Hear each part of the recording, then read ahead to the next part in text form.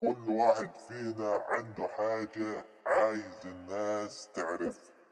احنا دلوقتي بنعرف من السوشيال ميديا دي ليها 3 مفاتيح، هنقدمها في 3 فيديوهات سريعة وبسيطة. شوفها وجرب، هتكتشف قد ايه السوشيال ميديا بتقدم لنا فرص. شغلك ليه علاقة مباشرة أو غير مباشرة بالديجيتال ميديا؟ لازم تبين إنك فاهم الترند، وده فيه 3 محاور ما تحفظهمش. تعال نتخيل الحكاية مع بعض. أدوات جمع المعلومات كانت ملك مؤسسات، والأهم المؤسسات دي هي بس اللي تقدر تنشر المعلومات. الجمهور دوره يستقبل المعلومات ويدفع فلوس علشان يعرف الأخبار، ده بطرق كتير، أشهرها الجرايد.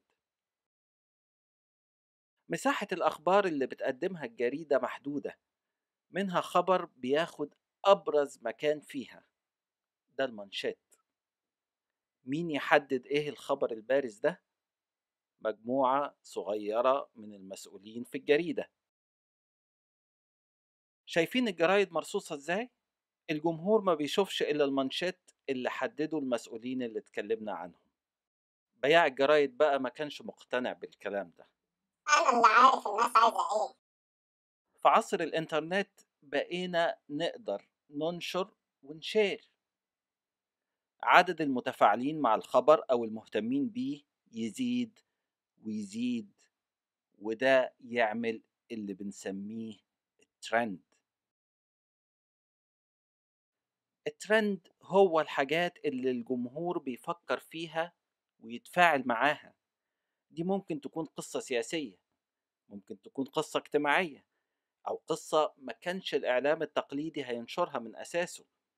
الترند هو المانشيتات لو كان الجمهور هو اللي بيكتبها، مش المسؤولين في المؤسسات. المؤسسات الإعلامية الضخمة ما بقتش هي السلطة الرابعة لوحدها زي زمان. السلطة دي اتقسمت.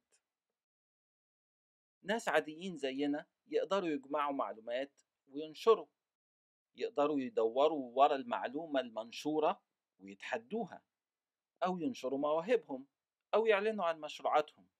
يقدروا يوصلوا لأبعد مكان في العالم حتى لو ما تحركوش من مكانهم. يقدروا يعرضوا مهاراتهم بالطريقة اللي تناسبهم، مش لازم يكونوا خبرة في الإعلام والصحافة. ده غير الإعلام وغير كل حاجة تاني في حياتنا لغاية قمة السلطة. الجدع ده بيقول كلام زي الفل، أو النعمة.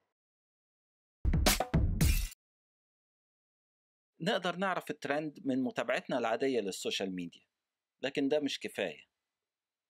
ممكن ندخل على جوجل ترندز، نختار البلد والفترة الزمنية اللي عايزينها. للترندز اليومية ممكن نروح على تويتر. أسهل حاجة لو كتبت كلمة من ترند في جوجل هيكملها لوحده، وهتعرف الناس بتسأل عن إيه. في ناس أخدت أسئلة الأوتو كومبليت وعملت بيها حوارات مع المشاهير. في ناس بتدينا معرفة أكتر عن موضوع بقى ترند، وفي ناس بتقول لنا فين الإشاعة فيه وفين الحقيقة، وفي ناس بتفصل لنا الخرافات عن العلم. أفكار كتير. ده طبعا غير وسائل العرض واختلافها الكبير. ده يورينا إيه معنى الاستفادة من الترند بأفكار بسيطة وسهلة.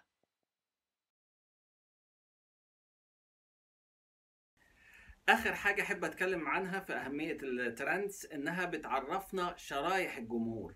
دي حاجة الناس بتاعت التسويق فهمها من زمان وكانت شايلها عننا من زمان، لكن جه الدور علينا كإعلاميين إن إحنا كمان نفهمها وإحنا بنعمل شغلنا، لأن ده بقى مرتبط ارتباط كامل بالديجيتال ميديا. أتمنى لكم التوفيق ومع السلامة.